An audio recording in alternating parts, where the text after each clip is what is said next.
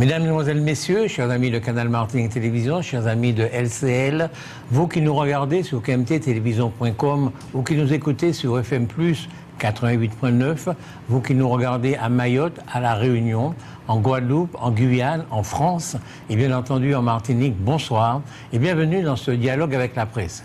J'ai le plaisir de l'animer ce soir en compagnie de Laurent Cypria. Laurent, comment allez-vous? Très bien, merci. Merci de l'invitation et bonjour à tous les téléspectateurs. Merci d'être là. Bonsoir, Monsieur Souffleur, comment allez-vous? Ah bien, ça va. On ne peut mieux. Bonsoir aux téléspectateurs et je suis bien content de le retrouver. Et nous avons également un nouveau dans cette émission. Il n'a jamais participé à cette émission. Il s'appelle Joé Arneton. Bonsoir, comment allez-vous? Bonsoir tout le monde. L'honneur et puis respect à tout le monde qui a la terre à côté de nous et qui a gardé nous surtout. Ok. Vous avez compris que Joé Arneton est un être d'exclusion. Je vais vous expliquer pourquoi dans quelques minutes. Laissez-moi vous dire pourquoi le docteur Montézieux n'est pas là. C'est parce qu'il n'est pas en Martinique, il est en Guadeloupe.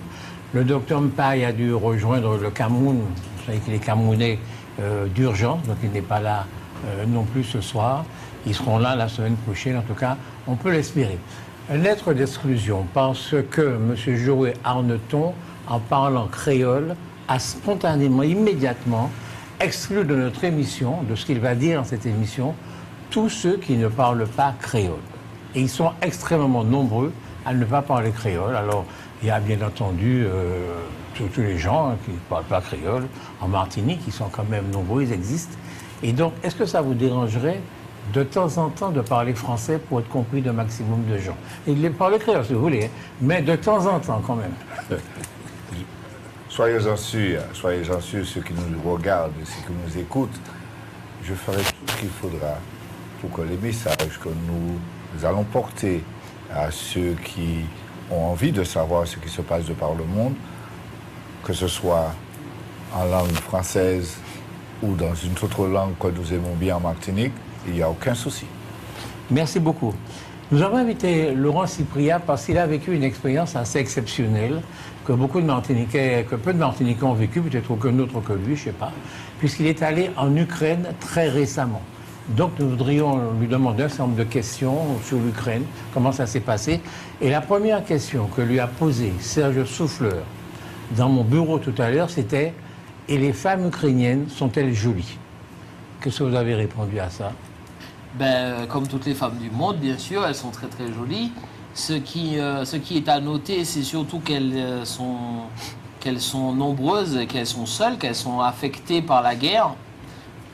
On a vu peu de sourires en fait dans les rues de Kharkiv, là où j'étais. On a surtout vu beaucoup d'enfants, beaucoup de femmes, peu d'hommes, sinon en treillis et sinon dans un état d'esprit qui prête peu à la rigolade. Voilà, c'est surtout ça c'est cette réalité-là qu'on a vue. Beaucoup d'enfants. Oui. Pourquoi beaucoup d'enfants? Ça veut dire quoi, beaucoup d'enfants? En fait, c'est très surprenant. Alors ça, c'est pas dans l'ordre chronologique du sujet, mais ce qu'on remarque déjà en arrivant, c'est qu'il y a beaucoup comme les hommes sont à la guerre ou sont mobilisés ou sont affectés à des missions de surveillance, mais en fait, dans les restaurants, il n'est pas rare d'être servi par des enfants. Dans les marchés, il n'est pas rare que des enfants vous servent, vous donnent vos produits, vous rendent votre monnaie. Parfois, il y a des femmes aussi avec eux. Ils ont un rapport à l'activité économique de cette petite ville rurale de Kharkiv qui en fait que ils occupent des postes commerçants. Voilà, pour le moment, en attendant que la situation revienne au beau fixe. Quand vous dites des enfants, c'est des gens de quel âge? 10-12 ans, 10-13 ans à peu près, oui. J'ai acheté des bouteilles d'eau. Sur les places publiques, il y a souvent des petits guéridons où ils vendent des glaces, ils vendent des sandwichs ou des choses comme ça. On est régulièrement servi par des enfants de moins de 15 ans. Et de prime abord, qu'est-ce qui vous a frappé quand vous êtes arrivé dans cette ville? Attendez, juste une petite seconde quand même, une petite seconde. Cette question sur les femmes, vous avez pensé qu'on voulait plaisanter, mais c'est important. Parce que les seules femmes qu'on voit à la télévision concernant l'Ukraine, depuis le début de la guerre, ce sont des femmes vieilles. des vieilles femmes qui fuient, machin. Et donc, on a envie de savoir si c'est ça le peuple ukrainien ou bien est-ce qu'il y a un autre peuple ukrainien. Ben, je serais bien malin si je pouvais dire ce qu'est le peuple ukrainien. Je ne suis pas anthropologue. Moi, je suis juste allé voir pour faire la différence entre la propagande absolument nauséabonde qu'on nous sert à longueur de journée sur les chaînes d'infos en continu et la réalité. C'est essentiellement ça. Après, il y a d'autres aspects de la mission. Je rappelle que moi, j'étais dans une zone qui n'était pas en guerre, enfin, c'est-à-dire qui n'était pas, ou sur laquelle il n'y avait pas d'escarmouche, il n'y avait pas de bataille, il n'y avait pas de bombardement en tant que tel. Mais il n'en reste pas moins une zone rurale qui est affectée fortement par les impacts de la guerre. Donc, dire ce qu'est une femme ukrainienne, ce qu'est un homme ukrainien, me prendre pour un anthropologue, c'est pas mon genre. Non. Attendez, arrêtez votre cinéma là. Je vous parle, quand on va dans un pays, est-ce que les femmes sont apprêtées? Est-ce qu'elles mettent du rouge à lèvres? Est-ce qu'elles sont bien habillées? Comment elles sont, quoi? Je veux dire, ça n'a rien d'extraordinaire. Ben, en fait, elles ne sont pas plus apprêtées ni moins apprêtées que partout ailleurs. J'ai trouvé déjà, il y a toute catégorie d'âge, de 7 à 77 ans, si je puis dire. Simplement, la chose qui frappe, c'est l'omniprésence des femmes et l'absence des hommes, de manière générale. Ça, c'est ce qui frappe. Maintenant, plus ou moins apprêtés, des gens de morphologie normale, de taille normale. Enfin, je suis un peu étonné par cette question un peu plastique face à un sujet aussi prégnant, mais bon, c'est des gens qui vivent leur vie normalement dans une zone rurale, dans une petite ville de 2-3 000 habitants. Ok. Donc c'est parce que vous n'êtes pas en mesure de saisir la profondeur des questions qu'on vous pose. Donc, sans doute. Elles sont tellement profondes que je creuse encore. Continuez de creuser. On a observé au début de la guerre d'Ukraine qu'un des problèmes majeurs qui se posaient à un certain nombre de Français, c'était qu'il y avait beaucoup de femmes ukrainiennes qui portaient des enfants. Beaucoup de Français, certainement des homosexuels ou des couples homosexuels, eh bien, faisaient porter leurs enfants par des femmes ukrainiennes. Beaucoup. C'était comme un commerce, quoi. Donc c'est pour ça que je vous pose la question sur les femmes ukrainiennes. Vous parlez de la gestation pour autrui ou bien des questions de ce genre-là? Oui. Non, mais je ne suis pas resté suffisamment longtemps, puis ces questions-là ne m'intéressent pas sincèrement. C'était pour savoir pourquoi ils choisissent les Ukrainiennes. Donc c'est ce que je sais de savoir, moi. Est-ce que c'est parce qu'elles ont un physique particulier? Est-ce qu'elles sont blondes aux yeux bleus, etc. Elles sont blondes, effectivement, en majorité, oui. De ce que j'ai vu personnellement, mais après, pas... Enfin, voilà, nos femmes martiniquaises sont très bien, les Françaises sont très bien. Je n'ai pas noté quelque chose de particulier. Ce ne sont pas des Wonder Woman. On ne croise pas à longueur de journée des reines de beauté ou des Miss du pays à longueur de journée. Ce sont des femmes, des êtres humains avec leurs qualités, leurs défauts. Enfin, le délire de quelqu'un qui se dit « je vais payer quelqu'un pour porter mon enfant parce que j'en ai envie, que j'en ai les moyens », ça passe pas dans ma tête à l'heure où j'étais sur place. Qu'est-ce que j'en ai à cirer de ce que ces gens-là pensent? Ce qui m'importe, c'est de voir une réalité, de la toucher, de la rendre tangible et de sortir de la propagande qu'il y a autour. Que ce que les gens pensent du fait de pouvoir louer le ventre d'une femme, ça c'est leur problème.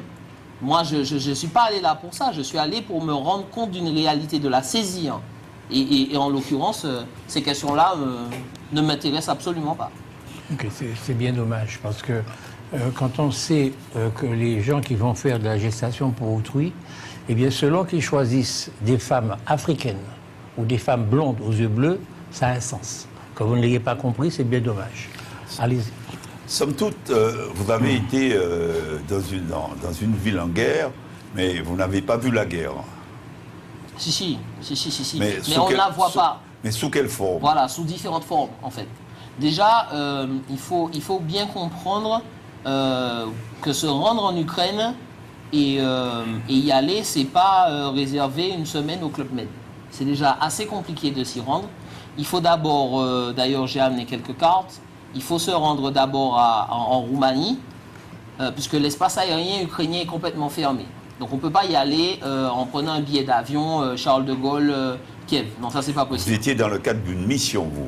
En fait, c'est une on peut dire mission entre guillemets, mais c'était plus une initiative de notre association.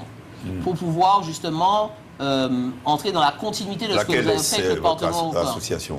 Le Forum territorial de la jeunesse martiniquaise dont je suis le président. Ah bon, ouais. Voilà.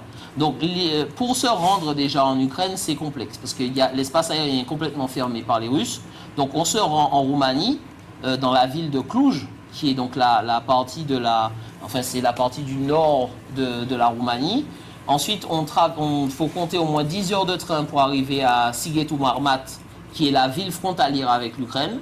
Ensuite, on traverse, donc on passe les bureaux du Haut-Commissariat aux réfugiés, on passe la frontière roumaine, donc qui est la dernière frontière européenne, on passe sur ce pont en bois qui tient par miracle et on arrive au checkpoint ukrainien. À partir de ce moment-là, vous êtes contrôlé par des militaires et vous rentrez en territoire ukrainien. Donc, dans une guerre, dans une zone en guerre. Dans un pays en guerre, puisque il n'y a pas de douaniers, c'est des militaires qui vous contrôlent, et il y a des checkpoints tous les kilomètres. Monsieur Quelle que soit la direction dans laquelle il vous allez. n'était pas sur le front. Mais personne ne vous tire dessus. Apparemment, ça semble chagriner, monsieur Larouche. Non, mais vous avez mené... Ça ne me chagrine pas, il a l'air de vous demander si vous étiez sur le front. Non. C'est bizarre, il n'était pas sur le front. Il était sur le front d'une réalité, mais pas c'est ça.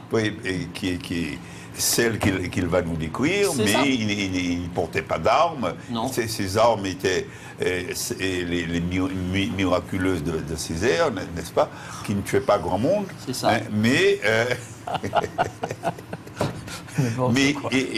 Bonne ambiance sur le plateau. On sent que... Mais cette délégation était composée de combien de personnes? De moi. Vous seul? J'étais seul, sans accompagnement, sans protection, sans rien. Ah bon, vous avez été... Vous logez dans un hôtel? Oui. Combien coûte une chambre d'hôtel en Ukraine? Ça coûte 300 de leur monnaie. Si je ne dis pas de bêtises, c'est le lei. Ça représente à peu près 10 euros la nuit. 10 euros la nuit? Oui, à peu près, oui. Ah ben dis donc. Oui. Mais c'est extrêmement important quand même de savoir, est-ce que cette ville, est-ce que ça reflète vraiment tout ce qui se passe en Ukraine par rapport à ce que nous voyons dans toutes les informations qui nous sont portées? C'est justement ce que je suis allé voir. Donc, en ce qui concerne le territoire ukrainien en général, ça représente un petit espace qui est agricole, viticole, etc. Donc, qui n'est pas très urbanisé comme si c'était Kiev, par exemple, d'accord, dans laquelle on peut avoir un autre état d'esprit. Donc, c'est une zone... alors, on va dire qu'il y a à peu près un tiers du territoire qui est... mais encore que ça diminue, ça évolue de jour en jour, mais un tiers du territoire qui est vraiment sous menace de bombardement permanente, où il y a des batailles, etc. Et en fait, le reste du territoire gère en fait cette partie-là. Donc, par exemple, j'ai rencontré des réfugiés d'Odessa. Donc, en fait, Kharkiv, cette ville, reçoit énormément de réfugiés, ce qui a doublé sa population. Et en fait, on rencontre ces réfugiés et on peut discuter avec eux de la réalité de ce qu'ils ont vécu. Voilà. Alors, nous avons lu ou entendu un ancien président de la République française dire qu'il faut passer à autre chose, que ce qui s'est passé avant, on oublie tout ça, que ce soit pour la Crimée, etc. Est-ce que veulent justement les Ukrainiens se recroqueviller ou gagner leur territoire? Que veulent-ils? Alors, il s'agit de Nicolas Sarkozy qui souhaite que l'Ukraine devienne un pays neutre, tout simplement. Oui. Nicolas Sarkozy fait beaucoup de conférences en ce moment un peu partout. Je l'ai vu récemment en Russie. Oui, d'accord. Je sais pas. Hein. C'est... c'est le point de vue de Nicolas Sarkozy, tant mieux pour lui. Mais ce qui en ressort en fait des interviews que j'ai réalisées, c'est que la première chose qu'ils nous demandent, c'est de ne pas les oublier dans ce conflit, parce que c'est un conflit enlisé et sur lequel plane toujours une menace nucléaire. Encore il y a 2 ou 3 jours, il y a eu des bombardements dans l'ouest ukrainien qui ont été signalés. Selon les informations que j'ai, ça n'a pas concerné la ville que j'ai visitée, mais oublier une guerre alors qu'elle est en cours, c'est très étrange. C'est très étrange, surtout d'un président français qui commémore à longueur de journée des guerres plus anciennes que ça. Mais en disant oublier, à mon avis, je pense qu'il fait une énorme erreur. C'est M. Arneton qui dit oublier. M. Sarkozy n'a pas employé le mot oublier. C'est lui qui a. Non, il disait, s'agissant notamment de la Crimée, et il faut passer là-dessus, c'est-à-dire que laisser les choses telles quelles. Laisser les choses en l'état. Il ne faut pas dire qu'on oublie, parce qu'il prend le mot oublier au sens propre du terme. D'accord. Si, vous l'avez pris au sens propre du terme. J'y venais justement. Si on avait oublié l'Alsace et la Lorraine en Allemagne, à ce moment-là, il ne faut pas prendre ce mot-là il n'aurait rien dit. Il n'aurait rien trouvé à dire. Non, ça n'a pas de sens. Ça n'a pas de sens du tout. Qu'est-ce qui n'a pas de sens? Une guerre ou de considérer il n'a pas employé le mot oublier. Alors que la guerre il n'a pas employé le mot oublier. Attendez, mais soyez intelligent. Il a cherché une issue à cette guerre. Ou bien la Russie gagne. Nicolas Sarkozy est capable de finir ma phrase. Laissez-moi finir. Je veux dire, ou bien il y a trois issues possibles. Ou bien la Russie gagne. Ou bien l'Ukraine gagne, c'est l'OTAN qui gagne, ou bien l'Ukraine devient un pays neutre. Parce qu'il faut savoir d'où est partie cette guerre pour comprendre ce que dit Sarkozy. D'où est partie cette guerre, M. Souffleur? Vous y êtes resté Attendez, d'où est partie cette guerre, à votre avis? D'où est la guerre? Pourquoi il y a la guerre en Ukraine? Tout simplement, Poutine s'est élevé contre les velléités de l'Ukraine de se tourner vers l'Europe. En partie. Oh là là. Alors, est-ce que la liberté doit exister pour tous les pays? À savoir, bon, je choisis d'aller là où je veux. Pourquoi cette guerre? Est-ce qu'il y a un affrontement entre soit des puissances? Qu'est-ce qui se passe? Que disent les Ukrainiens? Si vous voulez rentrer dans les généralités, je pense que les informations dont on nous biberonne à longueur de journée à la télé vont vous éclairer davantage en termes de géopolitique, en termes de grands enjeux. On n'a pas besoin d'y aller pour se rendre compte de la problématique de tout ce qui est attrait aux accords qui n'ont pas fonctionné et qui sont les origines de la guerre en soi. Maintenant, ce qui est important, c'est de voir comment les gens réagissent par rapport à cette situation-là et le véritable risque que ça représente pour nous. Si j'y suis allé, c'est parce que j'ai estimé que c'est pas parce que c'est loin que ça ne nous concerne pas, que ça ne peut pas nous toucher d'une manière ou d'une autre. La question n'est pas tellement pourquoi la guerre a commencé, c'est pourquoi elle se poursuit encore aujourd'hui. C'est-à-dire que, et jusqu'à quelle envergure elle va grossir? Est-ce qu'elle peut dégénérer en guerre mondiale dans la logique des alliances qui ne font que se renforcer autour d'elle? Et si à ce moment-là les choses deviennent mondiales, qui ça nous a fait dans ça? Parce qu'on sera inexorablement confronté à elle ou à ses conséquences. Les Ukrainiens pensent qu'ils vont avoir une guerre longue, ça va s'arrêter bientôt. Les Ukrainiens que j'ai rencontrés, je ne peux pas m'exprimer sur la majorité des gens, les Ukrainiens que j'ai rencontrés estiment que ça n'a pas de sens. Ils se considèrent comme frères avec les Russes. Ils se considèrent comme originaires d'une même anthropologie, d'une même histoire, etc., mais simplement avec des cultures qui varient, qui sont différentes, qui varient. Donc c'est aussi étrange qu'une guerre entre les Martiniquais et les Guadeloupéens. C'est ça que je veux dire. C'est ça que les gens m'ont fait ressentir.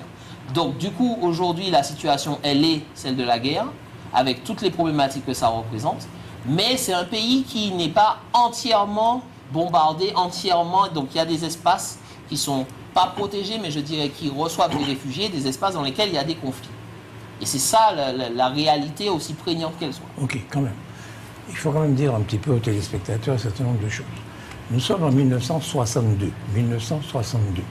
En Russie, c'est M. Nikita Khrouchtchev qui est premier secrétaire du Parti communiste et qui dirige l'Union soviétique à l'époque. Ça s'appelle l'Union soviétique. On est dans l'époque de la guerre froide. Et Cuba choisit de se rapprocher de l'Union soviétique, d'être ami avec l'Union soviétique.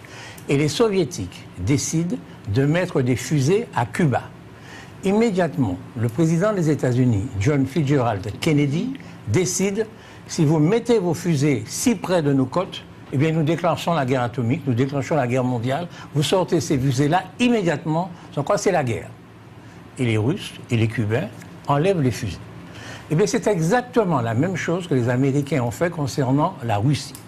Ils ont décidé un jour de mettre leurs fusées leurs armements à la frontière russe en faisant en sorte que l'Ukraine, qui était un pays neutre, qui n'était pas dans l'OTAN, que l'Ukraine rentre dans l'OTAN. Et le monsieur Poutine, les Russes, se sont retrouvés donc avec l'Ukraine qui serait dans l'OTAN, et donc les fusées américaines, les fusées françaises, les fusées anglaises, toutes les fusées du monde à la frontière russe. Et monsieur Poutine a dit non. Et c'est pour ça qu'il est parti en guerre contre l'Ukraine, non pas pour annexer l'Ukraine comme les gens le disent, mais c'est pour résister à cette attaque évidente de l'OTAN contre l'Ukraine, contre la Russie. Il faut bien savoir ça, c'est de là qu'est partie la guerre. C'est important de le dire, au moment où ce jeune homme vient de dire, que les Ukrainiens, ils sont très proches des Russes, il n'y a pas de problème avec la Russie, ils se sentent même Russes. Donc si on ne comprend pas ce que je viens de dire là, on ne comprend pas qu'il y a la guerre entre ces deux pays. En réalité, c'est l'OTAN qui est en guerre contre la Russie à travers l'Ukraine. L'Ukraine, l'Ukraine n'a rien contre la Russie, quelque part. Et selon vous, quelle peut être l'issue de cette guerre? Alors, vraisemblablement, ça prend les formes d'une guerre d'enlisement. C'est ça le problème. C'est qu'on est vraiment sur un format où déjà les Russes ont... Alors, sur la particularité d'Odessa, donc c'est une ville particulièrement importante, qui donne un accès à la mer, qui est très très importante, cette ville d'Odessa. Elle a été considérablement bombardée et aujourd'hui elle est reconstruite par des entreprises russes et des Russes sont installés dans les appartements qui sont reconstruits dans cette ville. Ah bon? Donc au-delà de la... Oui, et oui. Et donc au-delà de la question comment dire, des batailles en tant que telles, des coups de feu échangés, des missiles, des chars et des questions comme ça, il y a une logique quelque part de substitution à certains endroits. Surtout dans les espaces où il y a énormément de russophones, parce que ces russophones-là ont toujours souhaité avoir une part en des gens Russie. qui parlent russe, quoi. Des gens qui parlent russe, exactement. Ceci dit, ils ont le même alphabet, un alphabet cyrillique, entre les Russes et les Ukrainiens. Donc, ce qui fait qu'ils se comprennent, mais en même temps, il y a un état de tension, un état de conflit. Et il y a encore des batailles. Donc c'est pour ça que rien n'est arrêté. Simplement, on arrive à un équilibre où les Russes ne prennent pas davantage de terrain et les Ukrainiens n'en récupèrent pas vraiment autant que ça, ou alors vraiment très à la marge. Et la différence qu'il y a, c'est que les pertes ukrainiennes sont considérables, même si les chiffres ne sont pas encore officiels, mais semblent être considérables, puisque là où j'étais à Kharkiv, la municipalité donc, de la ville a présenté la liste de toutes les personnes qui sont décédées, de tous les soldats ukrainiens qui sont décédés, etc. Il y a un mémorial qui est là pour ça, et les chiffres sont extrêmement importants. Qui donc, en final de compte, c'est un guerre qui peut jamais finir. Mais en fait, le principe de cette guerre-là, c'est d'établir très justement par rapport à, si on remonte à 1962, effectivement aux accords de Minsk, c'est d'établir un espace tampon, en fait. Ben, je vous interromps. On n'a qu'à revenir à ce comme c'était avant.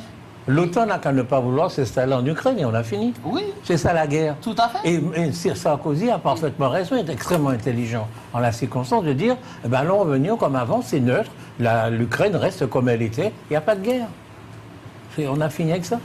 Et durant votre séjour... C'est bien que vous sachiez autant de choses depuis le confort de votre fauteuil. Je vous félicite de me féliciter. Je vous remercie plutôt de me féliciter. Et durant votre séjour, est-ce que vous avez ressenti une certaine forme d'insécurité, qu'elle soit alimentaire ou de faim Pas du tout. Qu'est-ce qui vous a frappé Ce qui m'a frappé, alors, à partir du moment où j'ai traversé la frontière ukrainienne, le checkpoint en lui-même, c'est quelque chose de particulier. Vous êtes accueilli par un militaire qui est équipé, qui est armé, et vous présentez vos papiers. La première surprise, c'est que quand vous arrivez après le checkpoint ukrainien, il y a un duty free. J'ai amené quelques images d'ailleurs à ce sujet. C'est assez étonnant en réalité. Mais après, vous arrivez dans la ville Excusez-moi, dans le duty free, parce que les Antillais sont habitués à ce genre de vocabulaire. Duty free, qu'est-ce qu'il y a dedans? Il y a de tout, des alcools. Alors essentiellement des alcools et des cigarettes que certaines personnes achètent détaxés pour amener en Roumanie. Et puis il y a toutes sortes de parfums, des trucs comme dans tous les duty-free de tous les aéroports du monde. D'accord, donc c'est très achalandé, quoi. C'est comme très ça. achalandé. D'accord. Et ensuite, une fois que vous êtes arrivé, vous prenez un taxi ou vous prenez un bus pour vous rendre à la ville la plus proche. Il y a quelque chose qui me revient.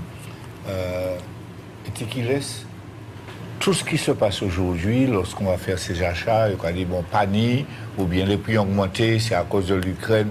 Est-ce que l'Ukraine produit tout de par le monde qui arrive chez nous, par exemple? Non, l'Ukraine ne produit pas tout, mais en tout cas, la seule chose dont je suis sûr, c'est que tous les supermarchés sont parfaitement achalandés, très très bien achalandés, que toutes les pharmacies sont correctement achalandées également, les magasins ouvrent et fonctionnent tout à fait normalement, les salons de coiffure et les ongleries pullulent,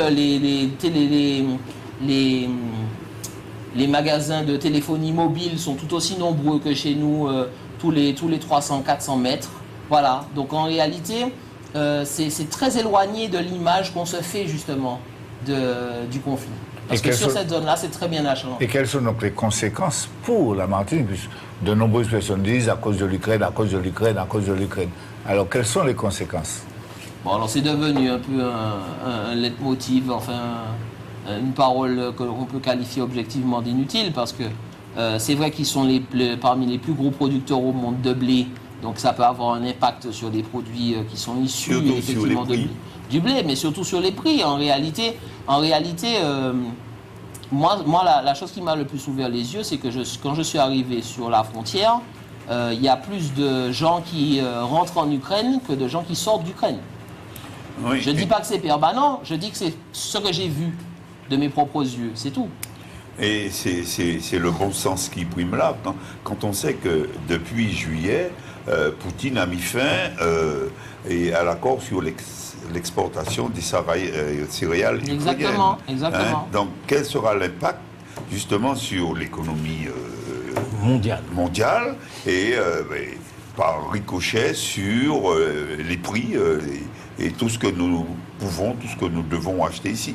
Étant donné que ça fait déjà plus de 2 ans que le conflit a lieu, si vous voulez, au niveau international, il y a eu des forces de réajustement, quelque part, qui se sont mises en œuvre pour pouvoir justement compenser cette problématique qu'il y a là.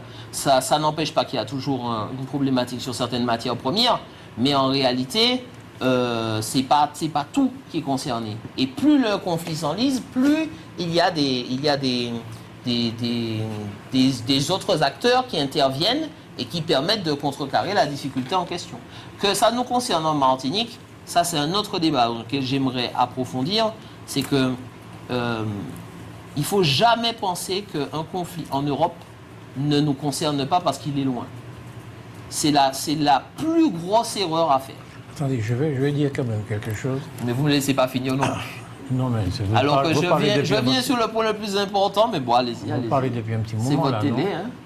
Oui, comment vous êtes agressif. C'est votre télé, allez-y. Ça fait 10 minutes que vous parlez sans qu'on vous interrompt. Finissez. Non, mais il nous fait un compte-rendu de son voyage. Non, c'était pas ce qu'il était en train de faire. Il fait une analyse. Oui. C'est pas la même chose. L'analyse, c'est qu'on ne peut pas, en tant que Martiniquais, se dire, et en français, européen, bon, chacun fait comme il veut, hein, peu importe, se dire que ce type de conflit-là ne nous concerne pas parce que c'est loin. Okay. Ça a des impacts. Ça a des impacts qu'on ne peut pas forcément mesurer tout de suite en termes de production, mais ça peut avoir des impacts aussi si ça se répand, si ça s'étale. Si quoi s'étale? Le conflit. Ok. Donc c'est exactement ce que vous venez de dire, vous l'avez répété. Alors, je veux vous dire la chose suivante. Parce que je veux dire quelque chose qui va dans le sens de ce que vous dites là, mais vous ne pourrez pas le dire, parce que vous ne le savez pas. Et donc, il faut savoir simplement que oui, mais la Russie, c'est le plus grand pays du monde, en superficie. D'accord? On a l'impression que ce n'est pas un grand pays, parce qu'on n'en parle pas beaucoup. La Russie, c'est 17 millions de kilomètres carrés. 17 millions. Pour vous donner une idée, la Chine, c'est 9 millions et demi. 9 millions et demi. La Chine a 1,4 milliard d'habitants. L'URSS a 143 millions d'habitants. Tout en étant le pays le plus large du monde, le plus grand du monde, il a une population dérisoire. C'est pour ça que tous ces pays de l'OTAN pensent qu'on va pouvoir se débarrasser de la Russie rapidement. Et c'est là que j'en viens à ce que vous disiez à l'instant. Eh bien non, la Russie a bien fait une chose, c'est qu'elle s'est dotée de l'arme atomique. Et c'est pour ça qu'elle n'a pas encore disparu. C'est parce que les gens savent très bien, les types de l'OTAN et tout ça, savent très bien que s'ils vont trop loin, eh bien Poutine peut décider de lâcher une bombe atomique, parce que les Américains ont bien lâché une bombe atomique très, très concentrée sur Hiroshima, eh bien Poutine peut décider de lâcher une petite bombe atomique sur Kiev, une petite bombe atomique sur Odessa, il peut le faire. Et à ce moment-là, ça concerne, vous le disiez à l'instant, le monde entier, parce qu'on entre dans l'ère atomique, dans l'ère de la guerre atomique. C'est bien important de savoir ça. Oui, mais l'ère de la menace, c'est pareil en fait. C'est-à-dire que sous couvert de propagande, on essaye de nous faire croire tout et n'importe quoi. C'est-à-dire que cette menace est imminente, qu'elle va arriver tout de suite, que les gens vivent dans une espèce de no man's land désertique, etc. C'est pas vrai. D'accord? Certains le font peut-être pour des intérêts d'ONG, ou bien certains le font pour d'autres intérêts, peu importe. Mais en fait, on est perpétuellement abreuvé de propagande. Il n'y a rien de plus bête que la propagande, c'est de prendre des images et de les sortir de leur contexte pour faire croire n'importe quoi. J'ai tenu, vraiment, parce que j'en ai eu la possibilité, en réalité, j'ai le souhait de le faire partout ailleurs où j'en aurai les moyens et où j'en aurai la capacité, pour vraiment me faire une idée concrète de ce que c'est et pour pouvoir ne pas être manipulé en permanence par les images. On vous rend des images, on vous montre des choses, on vous rabâche à longueur de journée des informations. Vous êtes persuadé que c'est vrai, mais vous n'en savez rien, vous n'avez pas vu.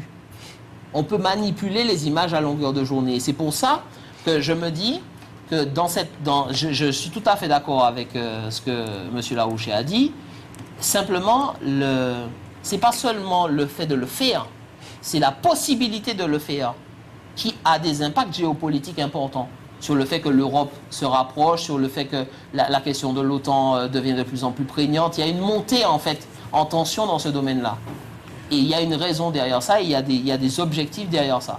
C'est ça qu'il ne faut pas perdre de vue. Et cette réalité de passage à l'acte de la Russie est déjà effective.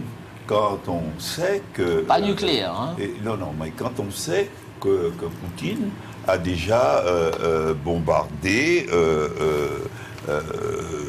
et endommagé 40 000 tonnes de céréales destinées à l'exportation. Hein. Donc il a déjà commencé à mener effectivement une autre forme de guerre pour...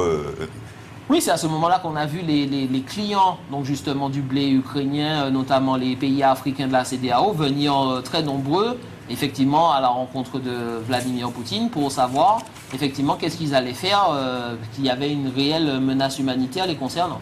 Mais au-delà de ça, j'en reviens encore une fois au fait que je ne suis pas allé mener une étude ou une analyse géopolitique globale.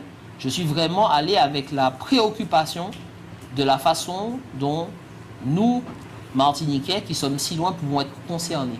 C'est surtout ça que j'ai voulu toucher du doigt pour savoir en quoi ça pourrait nous affecter si jamais ça venait à se répandre ou si la menace nucléaire venait à être mise en œuvre.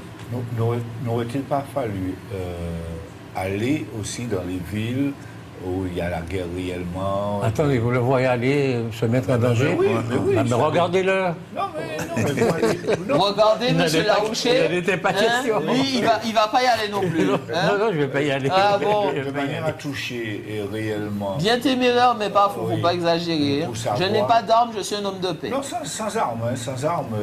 Aller écouter les hommes du front. Il ne pouvait pas y aller. Non, mais c'est dangereux. Ouais. C'est physiquement dangereux. Et puis vous ne pouvez pas prendre un taxi pour y aller. Hein. C'est pas ou un train ou autre chose. C'est pas comme ça que ça se passe en fait. Il faut bien comprendre. Je ne sais pas. Il faut bien comprendre qu'à partir du moment où vous avez passé le checkpoint, à chaque fois, dès que vous avez passé la frontière, il y a un checkpoint tous les kilomètres. On vous demande qu'est-ce que vous faites là, en gros. Voilà. Donc où est-ce que vous allez? C'est pas le Club Med. On est bien d'accord. Donc au-delà de cet aspect-là, il faut quand même avoir une certaine... C'est pour ça que je n'ai pas ramené autant d'images que je l'aurais souhaité. Vous pensez bien que vous ne pouvez pas filmer un militaire en train de faire son travail sur un checkpoint. Vous ne pouvez pas filmer un certain nombre de choses. Le bon sens même l'exige. J'ai essayé d'avoir un maximum d'images, mais c'est un peu ça la réalité. Par exemple, sur la ville dans laquelle j'étais, il y a un couvre-feu à partir de 23h. Bon, c'est une ville rurale encore une fois. Là, on voit le mémorial, là, on voit les rues de Rakiv. En fait, on se rend bien compte qu'à 23h, il n'y a plus rien à faire dans une ville comme celle-là. Et vous voyez, il y a beaucoup de femmes, beaucoup d'enfants, et dans les magasins, vous êtes souvent servis par des femmes et des enfants. De manière générale, peut-on rêver d'un monde, au-delà de l'Ukraine, la Russie, de monde de paix, en paix, comme les hippies disaient, faites l'amour, pas la guerre. Peut-on rêver? J'espère, parce que si on ne peut pas rêver, on n'a pas d'espoir, mais au-delà, alors, leur espoir, c'est quoi? C'est ça que j'ai... Leur attente, ce qu'ils veulent, c'est quoi? En substance, hein, je résume, parce que j'ai sorti une interview complète. Ils veulent premièrement qu'on ne les oublie pas.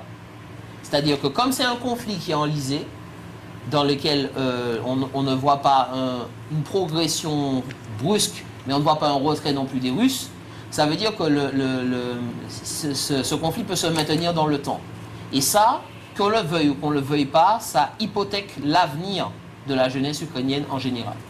Ensuite, spécifiquement sur Odessa, il y a eu des bombardements, notamment au niveau des universités. Donc, beaucoup de bâtiments ont été concernés, et les jeunes que j'ai rencontrés ont demandé spécifiquement qu'on ne les oublie pas d'abord, et puis surtout qu'on mette en place quelque chose pour venir en aide aux universitaires, aux étudiants et aux universités. Parce qu'ils sont directement concernés par ces problématiques-là. Ils ne sont pas forcément systématiquement éligibles aux différentes aides humanitaires qui peuvent se présenter, comme Save the Children, Red Cross, etc. Ça ne veut pas dire que ces gens-là ne font pas leur travail. C'est simplement que eux, s'ils ont une demande à apporter, s'ils nous ont donné quelque chose à amener au Parlement européen ou aux instances françaises, c'est de les aider au niveau universitaire. Et selon vous concrètement, qu'est-ce que vous pouvez faire pour eux maintenant? Alors, concrètement, qu'est-ce qu'on peut faire pour eux? La première chose qu'ils m'ont demandé, c'est d'avoir des boîtes aux lettres et des correspondants. C'est-à-dire, c'est relativement simple à organiser sur le plan logistique. Alors, j'explique ce que c'est. Par exemple, pour ceux qui veulent quitter l'Ukraine, c'est pas forcément évident de quitter son pays sans forcément connaître des gens ou sans avoir de contact en réalité à l'extérieur du pays en question. Donc, ceux qui choisissent la migration, que ce soit en France ou ailleurs en Europe, ils ont vraiment besoin de savoir si, par exemple, ils ont un cousin qui décide de quitter le pays et d'aller vivre ailleurs parce que ça ne va pas, d'avoir au moins un contact ou alors quelqu'un à qui il peut écrire pour savoir si la personne peut le recevoir, etc., pour pouvoir être accueilli, pour ne pas se retrouver dans une situation de migration illégale compliquée. Même si, de toutes les façons, en Europe, il y a un statu quo sur le... Là encore, c'est très biaisé, mais bon, quelque part, c'est l'Europe, par rapport au statut des réfugiés ukrainiens. Mais ce qu'ils demandent, c'est ça.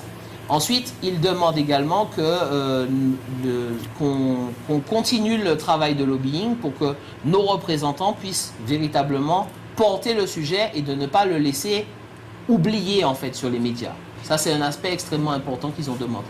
Par contre, effectivement, au niveau nourriture, sanitaire, et le reste, aucune demande particulière à ce niveau-là. Ok, quand même. Dans mon bureau tout à l'heure, je vous ai fait regarder la planisphère, la carte du monde. Vous le savez, il y a deux pays qui se battent aujourd'hui pour dominer le monde. Le pays qui domine le monde aujourd'hui, c'est les États-Unis d'Amérique.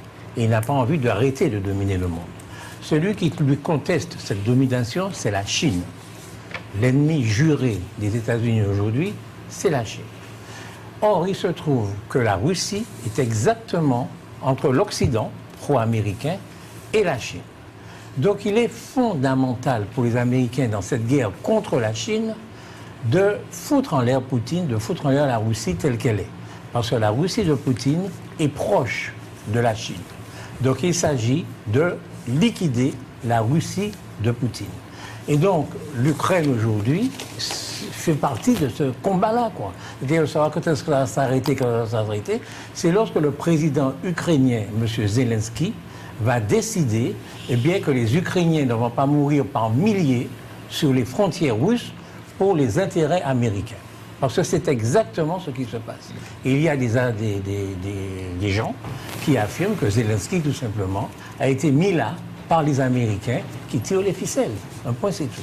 Et on peut comprendre ça quand on regarde donc cette planisphère du monde. C'est à ce niveau-là que se situe la guerre en Ukraine aujourd'hui, et pas du tout au niveau de l'Ukraine toute seule. Qu'est-ce qui va arriver de l'Ukraine? La guerre peut durer énormément de temps, parce que c'est dans ce conflit mondial dont je viens de vous parler. Et selon vous, dans le temps long, cette guerre, ça va nous mener jusqu'à quand? Bien mal celui qui pourra le dire, mais en fait, j'essaie d'être observateur.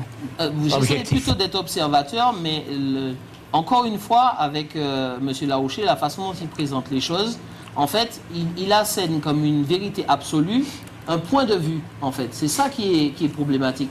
C'est qu'aujourd'hui, il dit que la Chine est l'ennemi juré des États-Unis, alors qu'en fait, dans l'administration Biden aujourd'hui, c'est principalement la Russie qui est la personne considérée. Ensuite, moi, j'ai rencontré des gens simples. Je n'ai pas rencontré de géopolitologues, je n'ai pas rencontré de stratèges militaires, je n'ai pas rencontré de personnalités qui ont une vérité absolue, hauteur de vue complète. J'ai rencontré des gens simples. Et c'est quelque chose qui a énormément de valeur pour moi. Ils ne disent jamais qu'ils ont un problème avec leur président, que leur président est à la solde de qui que ce soit. Simplement, ils sont conscients qu'ils se battent contre des gens qui sont comme eux. Et ça, c'est la préoccupation principale.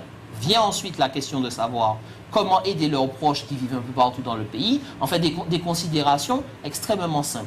Ce qu'on voit, par contre, se développer au niveau géopolitique, c'est que entre l'Ukraine, la Biélorussie, la Roumanie et même la Macédoine, on voit se développer des velléités de certains groupes russophones qui peuvent effectivement faire éclater ou en tout cas impacter considérablement l'Europe de ce côté-là. En réalité, l'avenir de l'Europe n'est pas en train de se jouer aujourd'hui à Bruxelles, à Strasbourg, dans les parlements et dans les salons feutrés. Elle est en train de se jouer dans les zones rurales de l'Europe de l'Est. Excusez-moi. Et ça change beaucoup. Excusez-moi, ce que vous venez de dire là, est-ce que les paysans ukrainiens que vous avez rencontrés vous l'ont dit? Qu'est-ce qu'ils m'ont dit? Ce que vous venez de dire là. Ce qu'ils m'ont dit, c'est qu'ils n'ont rien contre leur... question. Non, là je fais une analyse. Oui, je parlais du président. Je vous dis, l'analyse que vous avez faite là, vous venez de faire une analyse. J'aurais bien aimé la finir, mais je pouvais pas. Mais vous avez fini, tout le monde a compris. Vous avez fini l'analyse, vous venez de faire une analyse. Ma question est la suivante. Est-ce que les paysans ukrainiens que vous avez rencontrés... Je n'ai pas dit qu'ils étaient paysans, j'ai dit que c'est une zone rurale. Il n'y a pas que des paysans, il y a des commerçants, dans toutes les zones rurales, il n'y a pas que des paysans. Ok, alors les paysans, vous avez rencontré? Je n'ai pas rencontré de paysans, j'ai rencontré des gens qui vivent dans cette zone-là. Est-ce que vous avez rencontré des gens qui travaillaient la terre? Non. Ah, d'accord. Donc dans cette zone rurale, oui. Les Ukrainiens que vous avez rencontrés, oui. vous ont-ils fait cette analyse-là? Non, ils n'ont pas fait d'analyse concernant leur président, les manipulations américaines, voilà. C'est bien ce que je suis en train de dire. Les élucubrations de cette nature. Je n'ai aucun complexe à faire des analyses que ne sont pas capables de faire les paysans ukrainiens. Je n'ai aucun complexe là-dessus. C'est vous? Oui, je vous invite aussi à prendre conscience que vous êtes capable de lire, de comprendre, de réfléchir, d'analyser, et puis de dire, ouais, je peux faire une analyse. C'est précisément ce que j'ai fait, et c'est précisément à ça que je me tiens. Vous avez l'air de me dire que je n'ai pas le droit d'analyser. Non, vous avez le droit d'analyser. C'est mon devoir. C'est pas mon droit, c'est mon devoir. Vous avez le droit d'analyser, la question n'est pas là. Ce que je suis en train de dire, c'est que vous affirmez des choses, des postures qui ne sont pas forcément globalement admises. C'est votre problème. Moi, c'est mon analyse. Voilà, en effet, c'est mon problème. Quoi qu'il en soit, il y a une réalité, c'est que les protagonistes de cette guerre campent sur leur position. Bien sûr. Hein, et c'est une guerre de tranchées qui ne va pas vite. Hein, ça n'avance pas. C'est ça. Bon, écoutez, il faut bien qu'on trouve une issue de sortie à un J'ai moment. quand même une annonce importante à faire, je tiens à le dire. Oui. Nous sommes, en tant qu'association de jeunes, nous mettons en valeur des jeunes Martiniquais exceptionnels. Et là, j'ai une pensée toute particulière pour Kendrick Jean-Joseph. Oui. Alors, qui est un jeune champion d'escrime absolument remarquable, qui sera au JO, c'est quasiment certain, et qui a eu des résultats absolument exceptionnels en Chine récemment dans des tournois. 2 médailles d'or. 2 médailles d'or, exactement. Et donc, pour ceux qui sont encore parmi nous, qui n'ont pas zappé sur notre chaîne, il sera le samedi 2 septembre à l'IMS alors ils appellent ça un match d'exhibition, qui vous donnera l'occasion de découvrir l'escrime à haut niveau pour les enfants, pour toutes catégories d'âge. Ce sera toute l'après-midi du samedi 2 septembre, et c'est vraiment quelque chose à voir parce que il a vraiment envie que les Martiniquais soient avec lui dans les compétitions et dans les grands événements à venir. Merci beaucoup. Chers amis de Canal Martinique Télévision, nous avons eu le plaisir d'animer cette émission en compagnie de M. Serge Souffleur. Serge, merci d'être venu. Eh bien oui, Eris, rappelez-vous de ce nom. C'est le nom du nouveau virus du Covid-19. Il faut arrêter l'émission. Qui est reparti en flèche, et il faut qu'on fasse attention. Vous dites pas au revoir aux gens. Alors, bonne fin de soirée, et puis à bientôt. Nous avons été également en compagnie de Laurent Cyprien. Merci d'être venu. Plus force. Pas molly. Merci de M. Arneton d'être venu. En Chine, on bat tout le monde au Lyon la terre. Merci beaucoup. À bientôt, à vendredi prochain, si Dieu veut. Ah, j'ai oublié de remercier notre réalisateur, M. Adélaïde, qui a été excellent, Jordan Adélaïde, qui a été excellent comme d'habitude. Merci Jordan.